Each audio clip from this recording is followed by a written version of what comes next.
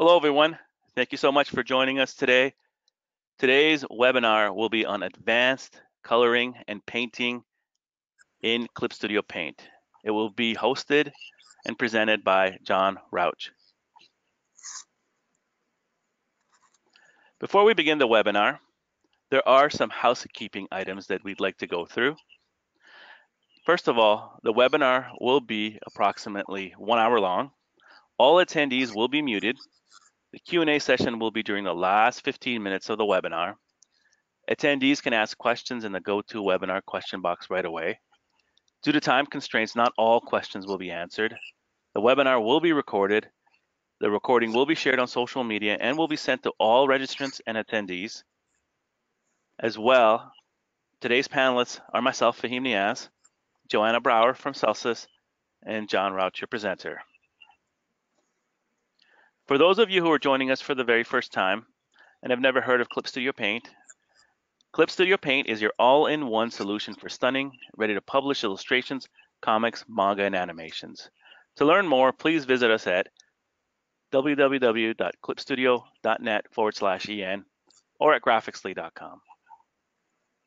And with that, we'd like to pass the reins of the webinar over to John, who will begin his presentation.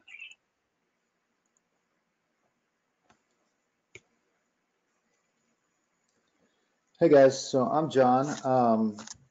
I have been working in comics since 1996 when I was a junior in high school. I started at a place called Heroic Age Studios. Ironically, studios plural, there was only one. I initially worked in Photoshop 3.1, I believe it was, on a Mac Quadra. So I'm a Photoshop kid from way back. Before that, it was a little bit of Prismacolor pencil and MS Paint, that kind of thing. Since then, I think it was around 2000 or 2001, I had my first Wacom, and I used that for several years. I eventually upgraded to a Cintiq. Currently, I typically color on an iPad Pro 12.9 inch, but today I'm on a Wacom Mobile Studio Pro of a friend's, and it's working pretty well. You can see I have my tools set up now. This is not the way it comes out of the box. I basically closed everything I'm not going to use and put just the stuff that I need for coloring out. So if you're looking for a fairly minimalist setup or as close to it as you can get, maybe note some of that stuff. I'm sure you can make improvements that go along with your workflow.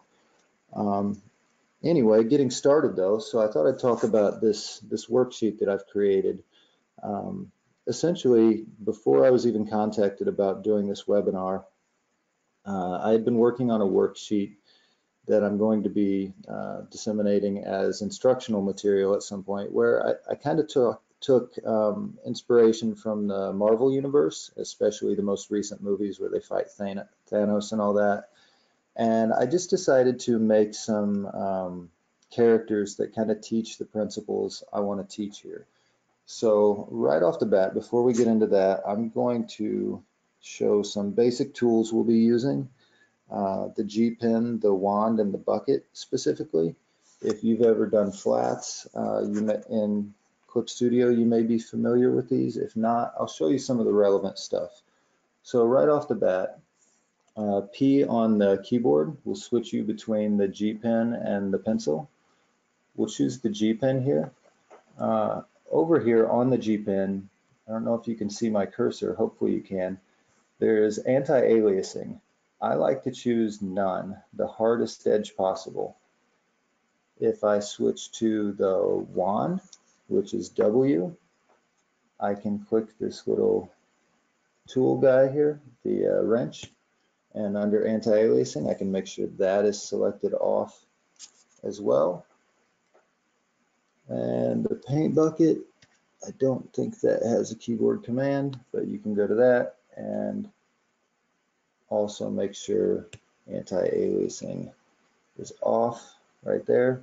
Sometimes it'll come with area scaling or this multiple referring layers thing. Those are really useful. I'm not going to get into them immediately right now, and as much as I can avoid it, I'm not going to make this super technical about how Clip Studio works. It's going to be mostly about coloring.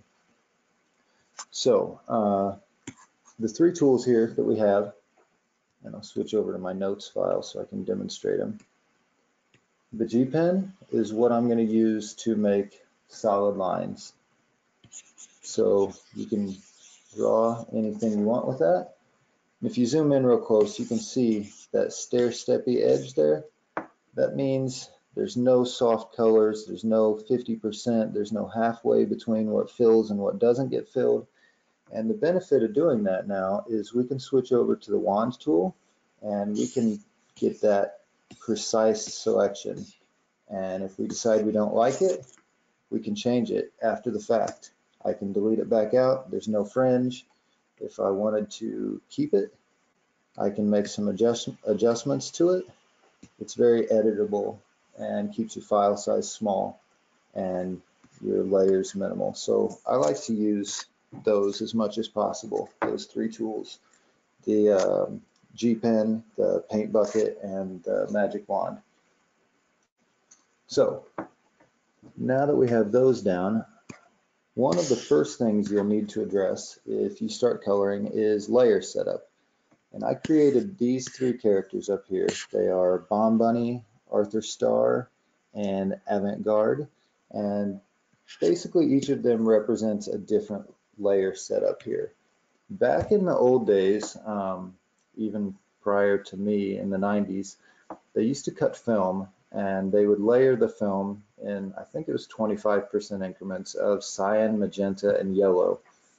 And then the K plate, which would be the black film, would just be for the line art, preferably. That would be 100% black, and you try not to use black anywhere else. And that was how they printed it. After things went digitally, there was kind of an interpretation of that where we had to do the same thing on screen or something similar to it. Back in the old days, the Photoshop 3 days, what we would do is use an alpha channel to house the line drawing while we color in the CMYK or the RGB layer. And then at the end, you could load that channel, you could fill it into your final, and you just have one single flattened image with lines on it.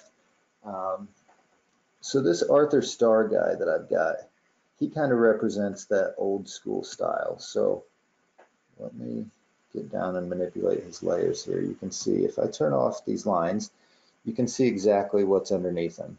There's the color information, and then the line information is stacked right on top of it. So that's one way you have to go. Moving on from that, we have Avant-Garde here. Let me, there they are. Oh, I'm sorry. I'm going to go to Bomb Bunny first, actually. That's a little more relevant.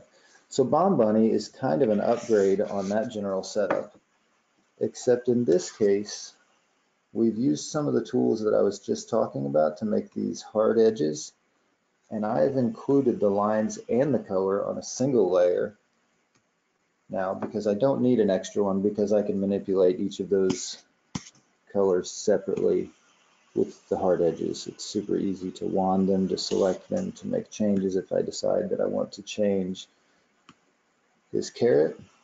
I can easily make a hue saturation adjustment there. I could fill it with the new paint bucket color. Very easy to do. So then after that, I simply made a layer on top of it that I named render, and I would advise always naming your layers if you can. It's going to save you time later in the image. So I named this layer render and I put it on hard light. What a hard light layer does is let me paint in highlights and shadows onto the same layer and not affect any of my base flat tones or lines. So you can see, even if I get rid of the flats underneath it, you can see basically what I added to that new layer just with the rendering.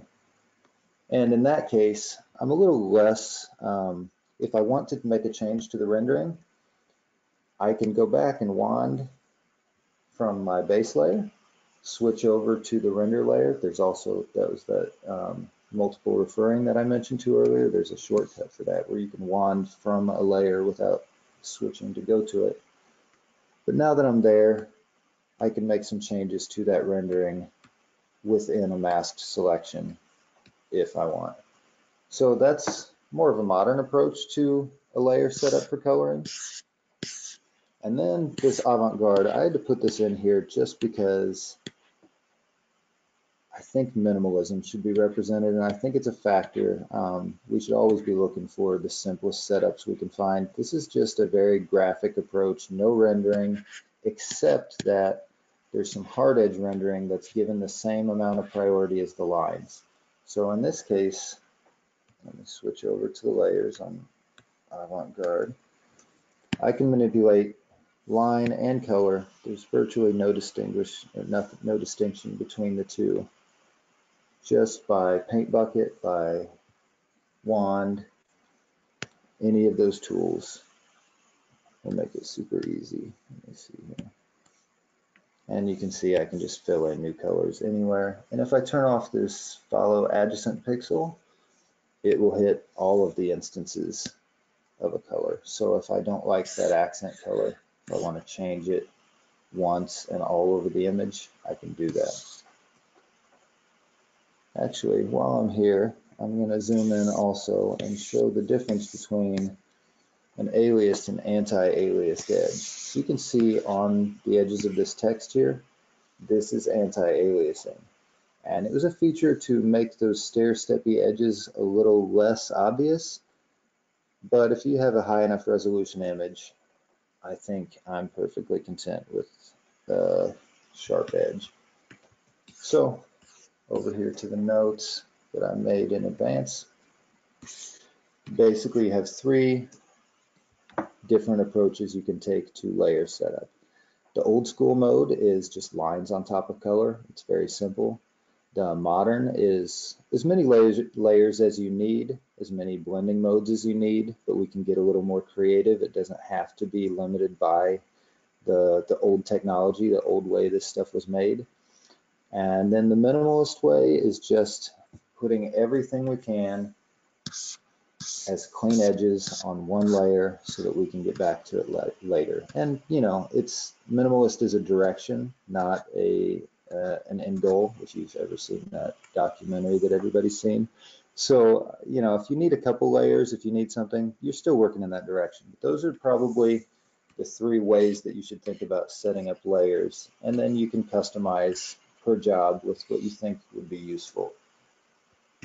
So moving on from that, the next thing that you're going to want to do if you're on a coloring assignment or if you're coloring your own work is probably going to be the rendering and the lighting. So I created a couple characters here, a male and a female, and I thought I would just point out the different styles of rendering, the things that you would want to point out in them, and how you would achieve that. So on Cotton Candy here, you can see I've got a bunch of different textures here.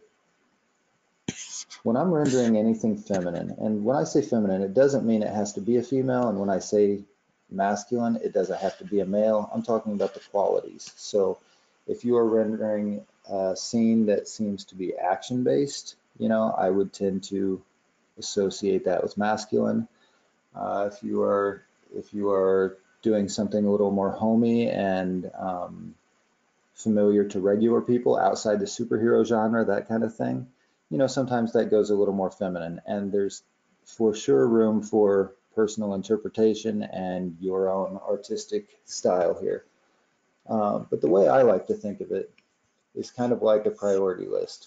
So if I'm rendering something feminine, I'm thinking about how does it feel? I'm looking at the texture, I'm looking at the atmosphere, I'm looking at the general shape, the figure that I'm emphasizing. You know, am I trying to show off these long curves, or am I trying to show off some super bright explosion in the distance casting a light on them? Or, you know, there's a difference in how you can approach that stuff. So you can see on Cotton Candy, I have a bunch of different textures here. Her stockings, for example, those were done with the G pen, very simple. I just scribbled it in the same way as if you were drawing. I just drew in some marks and they imply some texture. She's also wearing like a silkish shirt with some fishnetty stuff underneath it. Different techniques. I used the watercolor brush. I complemented it with some hard edges there. You can kind of see it makes a little bit different feel. The scarf, again, that's kind of candy rendered. It's shiny. It looks like it's plasticky. She's got her hair, which is very fuzzy and soft. All of this contrast between materials is what's going to sell that type of rendering. And then moving on here to the masculine side, we got Inconceivable. He's actually kind of a throwback. If you followed my career at all, I colored Invincible for Skybound for several years, and he was kind of my go-to superhero rendering style here. So I thought I should draw something up that nodded to him a little bit. So when I'm rendering masculine type things, the things I'll think about, I can't remember if this is called a mnemonic. You remember in grade school when they were teaching you these little devices to remember a rule set? The one I like for this kind of superhero rendering is divide and conquer. And I like to think if the lines at all support it, if I'm not fighting what's there, I love it when I can divide the main figure into somewhat equal areas of light and shadow. And I think the play creates a really interesting conflict. It creates some drama. It definitely fills out the space, the 3D space in the viewer's head, so they can kind of get an idea as light hits this, light also fills out what kind of shape it takes. So when you're rendering masculine things, you know, you're looking to create that drama and conflict between the light and the shadow. You're definitely looking to make sure all of the important details are popping here. I made a little joke in my notes about make them abs pop. But you get the idea. It's very detail oriented. It's very shape oriented. And the female rendering is a whole lot more about how things feel. It's a whole lot more atmospheric. And you can see even down to the tools I used here. I've got this hard edge rim light on the guy, got this soft edge one on the girl, and you can mix and match that, but it gives you a general idea how you can go in either direction. Moving on from that, I've got a couple characters here, Brick Mason and the Unchewable Hunk. Oh no, I did that thing where I rotated the screen. You guys are going to have to deal with me where I rotate it all the way back around, because I haven't yet learned the other way to do this yet.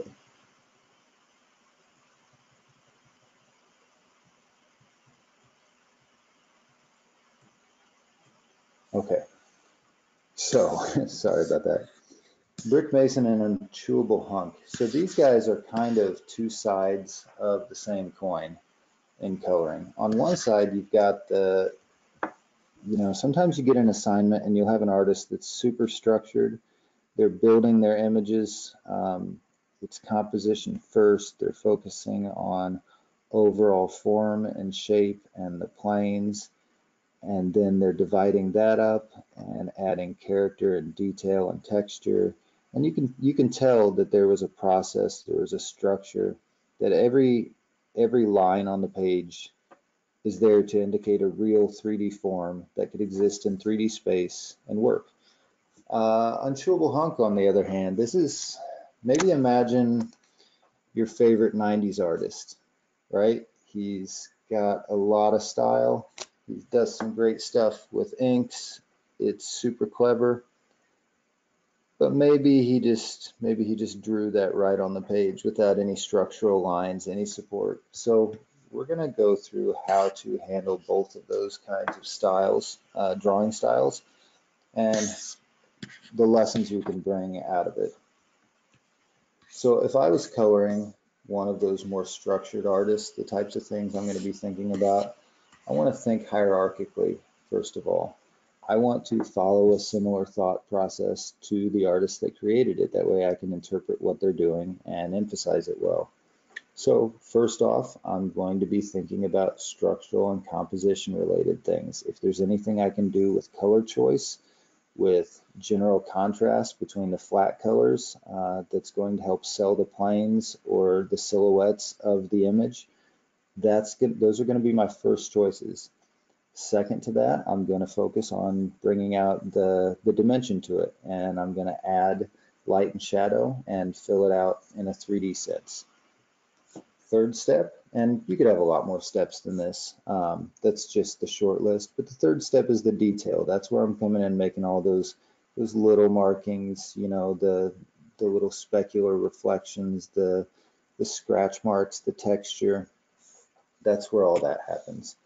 And once you're on the same page and you can kind of recognize how the artist you're working with, or if it's you, that's even better, is making those decisions, then you can make your colors kind of coincide and you can do similar stuff at similar points in the process, which only helps sell the work.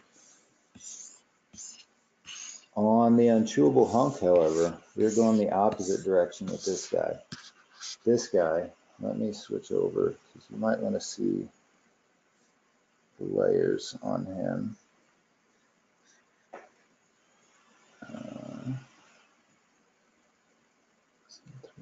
There we go.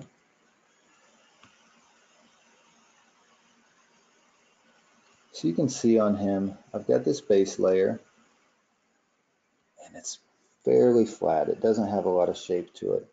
What you want to do in these cases is start with the lines that are there and extrapolate out into the space where there aren't lines.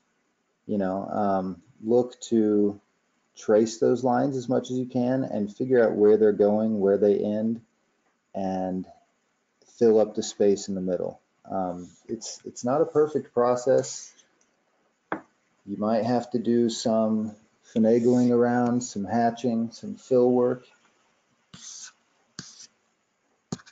But you can get a feel for how this artist makes lines, how he makes shapes, or she, and you can basically emphasize that working from the outsides in, working from, rather than a mid-tone out, you would start adding shadows, adding highlights, and then filling in that middle ground.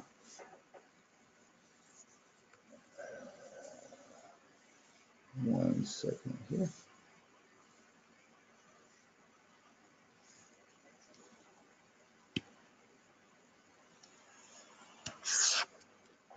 Okay, so moving on from there, the next guys I have on here, got this bottom row.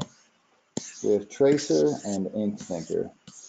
On Tracer here, so I thought I was clever. Sometimes I do that. One of the problems that I've had as a colorist in the comic book industry is sometimes you have to make corrections on the fly. Sometimes something will be drawn incorrectly. Sometimes you will get a patch that somebody else pieced in or you have to piece in and it's not perfect. Sometimes you'll just be expected to make a fix on the fly. In this case, we have, and this will be a little more clear once I open up the layers on it.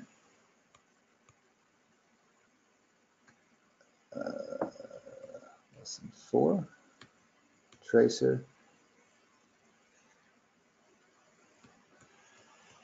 So in this case, you can see that I have the lines to this guy, and he had an arm drawn in at one point, and it's not there anymore. And what he has now, what was fixed here, looks like it was probably 2 left arms, like it was just pasted back in there, and we recognize that as a problem. So when I'm coloring that, I'm going to be looking for ways to draw attention away from that. So one of the things I do here, and you can kind of see it, is I will use some kinds of contrast to create static and draw attention away from those areas. And here you can tell I used red and I used a little bit of a purple and a little bit of a teal, but they're all similar saturation levels. They're all similar value ranges. So they create some kind of information that draws a little bit of attention, but when you look at it, it tends to just blur together. It's not important information. So I kind of use that to distract from these lines that overlap here. And of course, in a live situation, I'd just clean that up and get rid of those lines. But I wanted to show exactly how much you can do to distract from a mistake like that just because I think it's valuable to be able to direct attention when you want to. So one of the things I did here, after creating that static information, is to go way off, and I went pure white, but you could go either direction on the value or saturation scale to make this pop out and start using it in places, hopefully logically, that will draw attention. So I picked this line over here along his arms and shoulders, and I just added some white sparks. I added some reflections, and you can see at regular size, it's not immediately obvious that we're looking at a guy with two left arms there. It's at least salvageable now. So, you know, that wasn't intended to be a perfect fix, but definitely some principles that are worth considering if you're going to be trying to direct attention around a page for mistake-based reasons or just because it's a smart thing to do. Following that, the last guy I've got here is Ink Thinker. And earlier this year, I actually had a chance to color, what's his name? The Silver Surfer, sorry, several times and worked with a few artists on it. And it was really fun noticing how, you know, I think there are some expectations when I'm hired to do a job, and I think I was expected to bring something to the table there, or at least I imagine that I'm supposed to fill in some of this space and add something interesting to the image.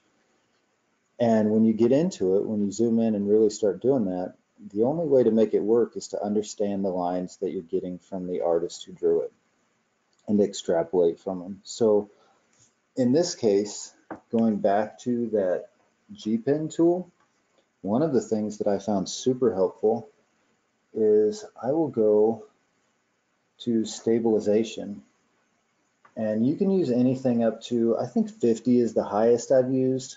35 is about as practically high as you probably have reason to go.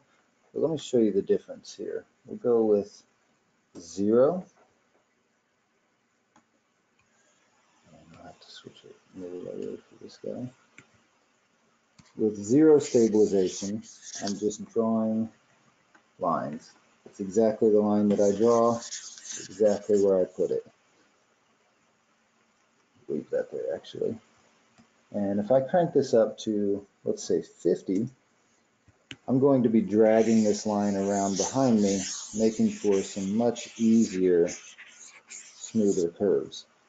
So that's your, you know, you don't need a French curve. You can make all that stuff up in here. It's super easy. That's how I did the initial drawing and how I brought out all of these little shapes inside here. And you can see they're just lines. You know, the goal of this was to kind of make it unclear where that line is between the actual line drawing and the color. It should just be finished art if you do your job right. At least in this scenario. Nothing wrong with having lines that stand out if that's what you're looking for either. So you can see here on Tracer, we're using contrast and static to direct and divert attention. You can kind of see the problem area there I X'd out. You can see the new area I wanted to focus on.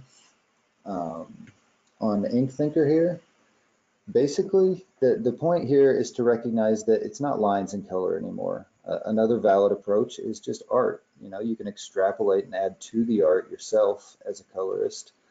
You can kind of blur the distinction between the lines and color. And as you're doing this, you know, that you have some more options than a line artist may have. After you draw a line, you can change the color of it. After you pick that color you want, one of the things I like to do is I kind of think about my colors fractally a little bit. So for example, if I'm going to be using a red primarily, I could make my red markings, right? And if I want to accent it, I can make a short right turn and up towards the top here a little bit, and I have an accent color that goes next to it. And if I want to try the other direction, I could have made a left turn and gone a tad darker and less saturated. I've got something on that side. So now I have three colors on one side of the spectrum. If I wanted to complement that, I can just as easily switch over to a complementary color. I've got a lighter teal here, and I can make similar moves. I can make a short left turn and move up towards the top a little bit. I can make a short right turn and move down towards the bottom a little bit. And you can keep following that path and come up with a lot of different color variations that work pretty well together. If you just think of those variables as directions, you can go. So that's another thing you can do there. The G pen helps a ton. Then of course, being clever again, I had to put this guy in here, the vet. He's the Samuel L. Jackson of the group. Basically, he's here to tell you to check your work. After you're done with the piece, even as you go, it's just a good idea. Every once in a while, just do a quick pan around before you leave a character, before you leave a thing. Make sure it's the way you want. Make sure your colors work. One of the things that I associated with that, I made a correction layer over here at that point. And I did, let me see if I can find it real quick. If you want to do this, you can go to Layer, New Correction Layer, Gradient Map, and you can pick any one of these. I'm just going to go something quick right off the bat. Pick this blue, hit OK. And now that it's in a layer mode, I can change the blending mode, and I can put, a little blue cast over my entire image. In this case, the one I picked actually, the one that I did use, I basically use some cool shadows and warm it up towards the highlight end. And it's going to map those colors onto basically your value range. It's going to associate everything on the page with a value, and it's going to map this color onto it. And then you can change how that applies. So I like soft light for that. It depends on the application. I've used other ones before. So now that we've gone through all of these little mini lessons, the fun part of this worksheet, I think, is this chaos guy in the middle. He's our Thanos-like character. And just using all these tools together to come up with something, a style that's yours, that's unique. And that's the point where I'm actually going to switch over and do a little demo here. So bear with me because I don't work on this machine a whole lot. But we'll dig into this and get going. Oh yeah, plenty of time left too. Lesson 5, chaos. And grayed out. I've got some effects layers here. You can kind of intuit how they work. It's fairly simple. I use hard light a lot. Sometimes for contrast, I'll just go with a straight normal layer. If you're using hard light or something kind of poppy, saturation heavy on your rendering, it's okay to just use normal for your effects or vice versa. However you like to do that is just fine. So checking this guy out, I've got a lines layer, I've got a render layer, I've got a flats layer, and I've got his logo. So we're going to go to the render layer, and I'm actually going to make a new one, new layer, and if I right click on it, I can select clip to layer below. That's going to make the layer below this one, which in this case is the flats layer, essentially my mask for this, so I can't paint outside of that now. Another thing I'm going to do real quick is switch to my wand tool, and I'm going to do multiple referring layers, and I'm going to use this lighthouse option, and I'm going to turn that lighthouse on for the layer that I would like it to reference. So now from my blank layer, I can wand, select the flats, and paint directly into that area too, so I can be even more precise than the general mask. So we're going to pick, let's see, I'm going to pick, I don't like this whole area up here, right in here. So we're just going to redo that right on the fly here and see what happens. I will use the eraser tool real quick, and I'm going to go up to the layer where the rendering is. And I'm just going to pull all of that back out.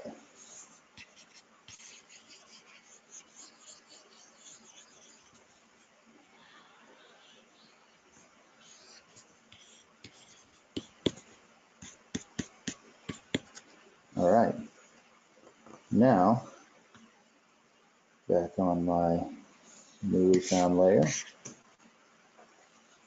And if you don't like those little dancing ants indicating the mask there, you can hide those. That's I'll do that real quick. It's under View, Selection Border. So they're still active, you just don't see it right now. So right now I'm going to take a mid to dark shadow color from my image. I'm going to change this layer to Hard Light. Switch to my G pen.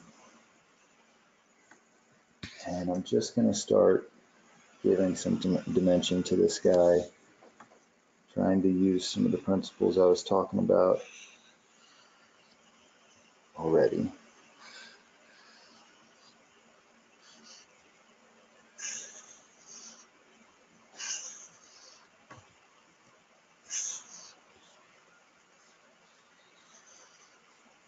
And you can see there's no fear of going outside of the lines here. It can't happen. I do still have my stabilization on way too high here, so I'll turn that back down. And you can also save those brushes really easily and save a keyboard command if you want, so that if you have a brush with specific settings that you'd like to get back to frequently and not have to change them one setting at a time, that is going to be available there.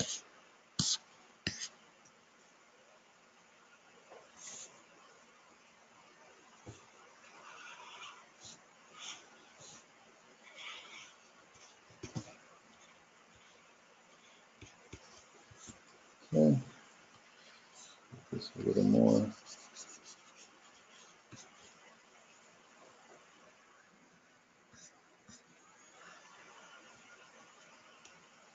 Now one more cool trick here. This is one of the things I really like about the G Pen, and I think I actually discovered it back in Photoshop with the pencil tool, which is essentially the equivalent over there, the Peter Parker version of this. You can click on this wrench here in your G Pen, go to Ink, and set this to background. And this is really neat because if you are on a transparent layer now, I'll switch my color up a little bit.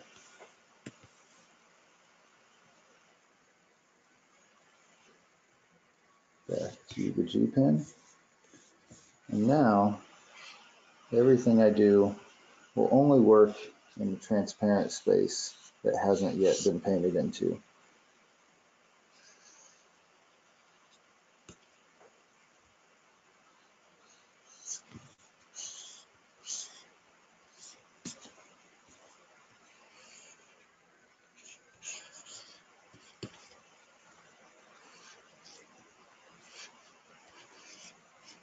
You can see I'm staying fairly close to what exists in the lines here. You know, there are times you can be a little brave and add a lot more information. He's kind of front and center here with nothing casting big shadows on him or doing anything too crazy. So I'm just going to work with that and emphasize what's there. One of the things I like to tell myself when I'm coloring is that the thing is the thing. You know, that you can have lots of cool ideas. It doesn't mean they're not cool ideas, but if your idea doesn't emphasize the thing, whatever you were there for, it's not an idea worth pursuing. So I got 2 colors in there now. I'm going to go ahead and throw a 3rd swatch in yet. And I'll keep working towards the middle of this guy.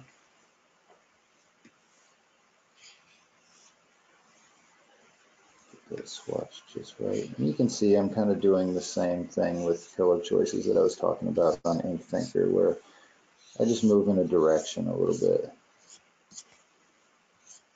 And I'm not going to be super specific about this because after I'm done blocking this in, I'm going to switch over to another tool and show you guys something else.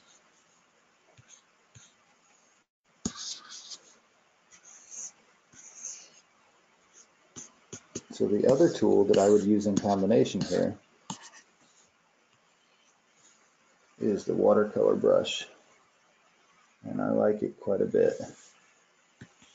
You can set your brush density to affect basically how much you're going to be doing on the page with each stroke, and it will also put in some of whatever color you have chosen on there, depending on pressure and your settings. But you can go through here now and brush out all these hard edges, make some new fun variations.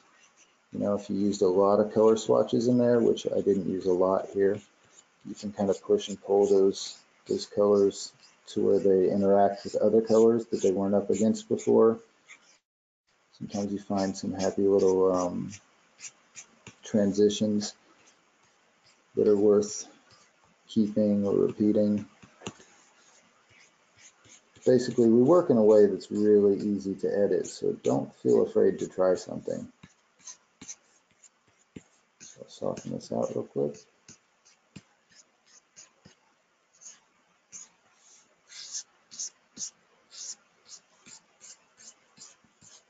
And of course, I'm still paying attention to general lighting consistency and stuff like that. I'm not trying to contradict anything that's already there too much, but I am going a little bit quick with it.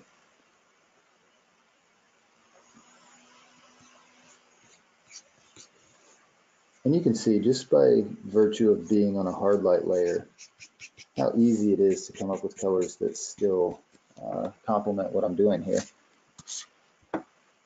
And if I decide that they're not exactly, I have lots of adjustment here. I have the hue saturation.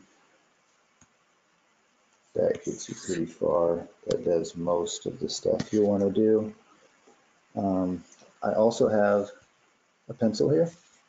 I can switch over to the pencil tool if I want some added grit. I notice here there's some hatching. I like to complement hatching with more hatching. I think that's kind of the way to go. Oop, switch brushes on me. Drop weight. Watercolor. Oh no. Sorry about that. It's actually under pencil. All right. So sometimes to complement some of this hatching that already exists, throw a new color in there.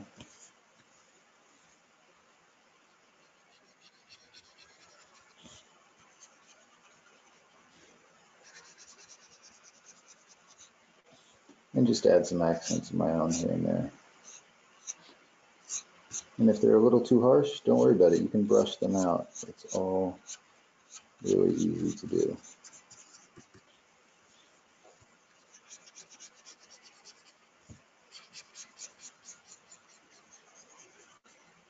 So, you know, I'm using a little bit of impressionism here. I'm kind of directing the eye and building out the shape with the kind of lines I make. You can make them all consistent. You can make them all go one direction. You can make them all wrap around the form three-dimensionally. You can make none of them do that. These are all stylistic choices you get to make if you even like this approach to rendering, but it's a move that I like to use pretty frequently. So switching back to watercolor now, I'm going to turn this brush density way down.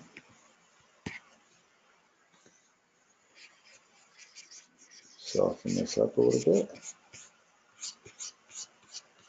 See that? It can be as prominent or not as I like. And I could do another layer, either on this layer or literally create another layer, add stuff on top of that. I think what I'm going to do for now is add some highlights. Switch back to the pencil tool. I'm just going to go with straight up white, even though that's not a great way to go usually. Artistically, I've heard that said that you're not supposed to. Sometimes it just has the most punch, and sometimes it works in your scene. And if that is the case, you do you, and you make your art awesome, and don't worry about anybody. So I can do some more of these little squiggles. That's kind of the signature move I decided to go forward with. It's not the only way to go. You could hatch, you could trace contours, you could cross hatch, lots of things you can do. And then I can go back to the watercolor and I can smooth it out in a positive sense like that. Or I can actually click the transparent swatch and use it like an eraser, but also smudges a little bit. So that's pretty handy.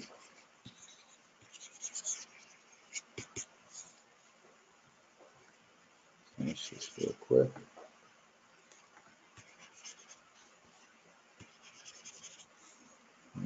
What did I just do?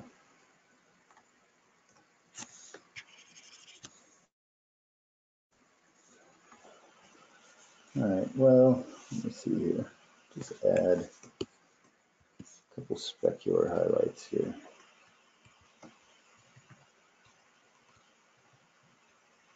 Give that some excitement.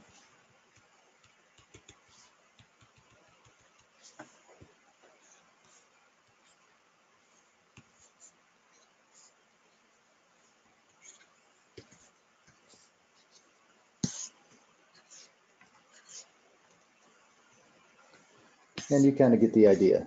But that's basically how I color and paint in Clip Studio.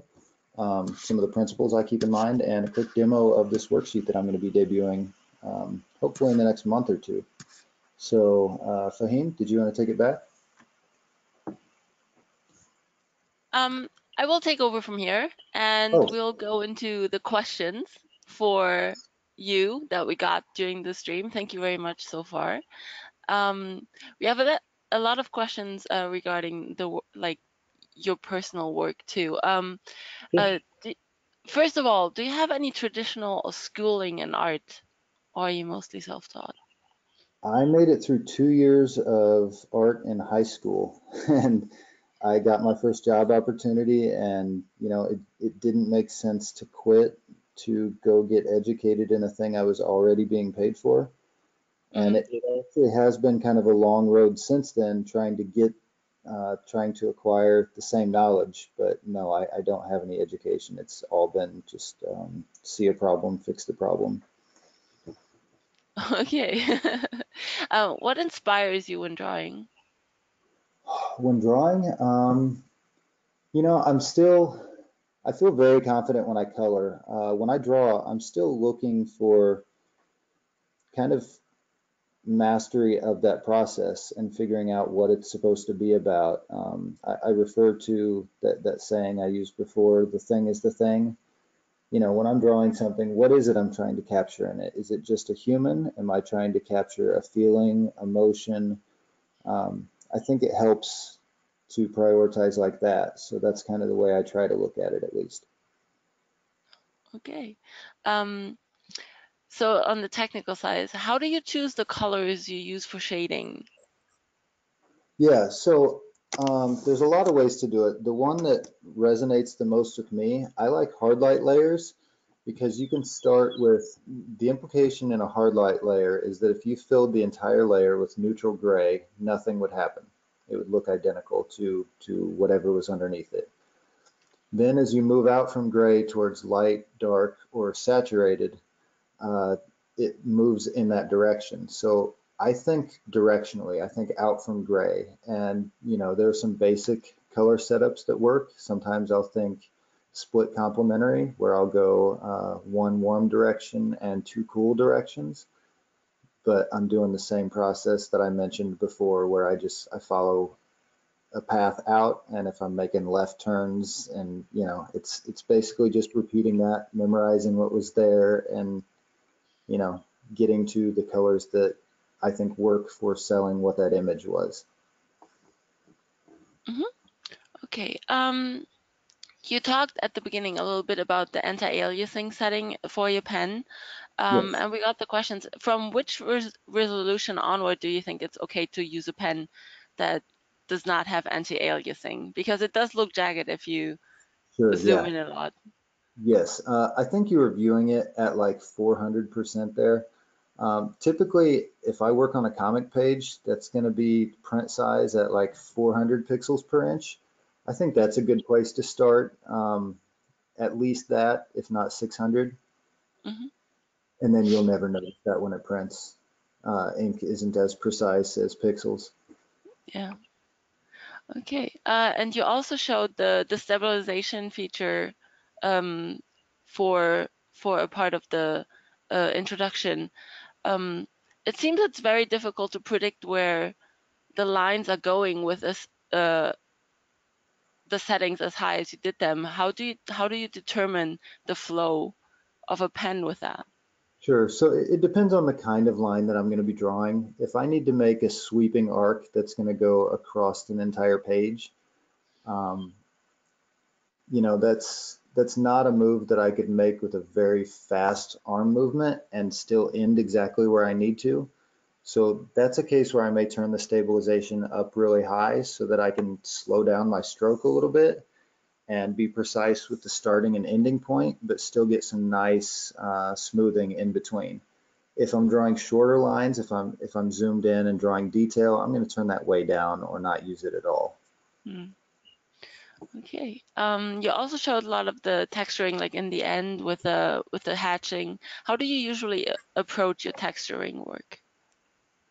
I like to view it the same way, like I want to say the book I have is Scott McCloud, but I like to approach it like an anchor. There's a book that I read when I was younger that just talks about how to imply these textures rather than create them literally. And I think that's a much stronger effect. I think it's more practical and it gives you a chance to have your own visual language. So, you know, if in your world sand is illustrated by, you know, toothbrush flecks with whiteout, you know, then it is. And if you're working digitally, then you're using something like that. And if you want to indicate leather with cross hatching, or you know, you make those rules. You get to decide which marks indicate which thing, as long as you can pull it off, basically. Okay. Um, you mentioned in the beginning that your layers are organized and named, which I think a lot of artists struggle with. Do you have any tips for people who struggle with organizing their work? You know, I wouldn't put too much pressure on it at first, other than to just be looking for ways that you can simplify, but it's going to come down to your workflow. What I try to do here is just expose people to a few ways, because I don't think there is one absolute right way. I think it's just good to understand structurally how to do it. As a base, I would say that my go-to that I use the most often working from the ground up would be a flats layer, which will have like my G pen and bucket, just complete flat colors that I can wand and select from. Above that, I'll have a base layer, which is typically a duplicated version of that layer that I've brushed out. I've added some textures. Occasionally, I'll use filters on that. The layer above that will typically be my rendering layer on hard light, where I can do the light and shadow. Above that will typically be a line art layer, and then one more above that will be where I do any line or similar work in color for special effects or run lighting or that kind of thing. That's me though. I think that was 5 layers. Some people get away with one, some people have 300. You know, it just depends on how complicated you work, what your workflow is like. Okay. What are your first thoughts when you start coloring a page? So I like to, I think I prioritize more just being able to stare at a page and figure out what it's about now. I just like to look at it and, just try to figure out if I didn't draw it, I want to be inside the head of the person who did. I want to know what was important to them, what was the number one idea they wanted to convey with this, what are the supporting facts, and I want to organize everything I do so that it tells the same story they're trying to tell. Do you personally have anything that you like to color a lot, or what's your least favorite thing to color? I think most of the stuff that I went over on the feminine rendering part is probably where I have the most fun. Not just because it's women. I like getting into the textures though. I like that contrast of material against material. I think that's probably the most fun for me, is being able to switch up the tools, switch up the look, and keep it all inside of an image and relating to the other stuff. Okay.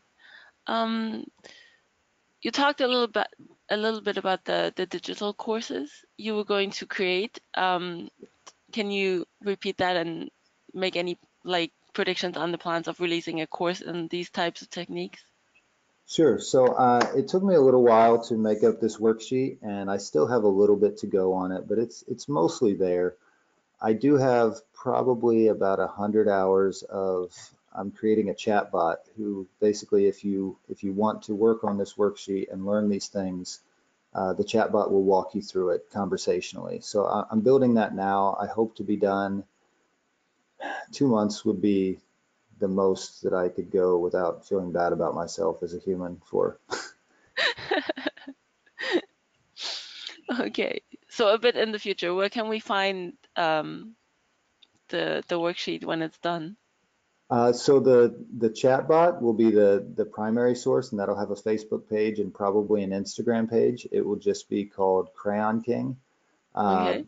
Anybody who follows me on any of my existing social media now will be very hard pressed to not see that come up in their timeline, because I've been posting about it plenty. So if you follow me anywhere, you'll see the links when it becomes relevant. Okay, wonderful. One more question on your professional works. Like, how much input do you usually have when you're hired to color something in terms You of know, what's already there? it varies wildly. Some artists will be very protective. Some artists if I'm coloring another artist's work, sometimes they want to talk to you beforehand. They want to know what you had in mind so they can tell you that was wrong and then tell you what they had in mind. Other times I don't hear from anybody. Other times I will get a job, maybe not even with the relevant reference. I'll Google it myself. I'll color it. I'll turn it in, and an editor or art director will just say, "Great, thanks."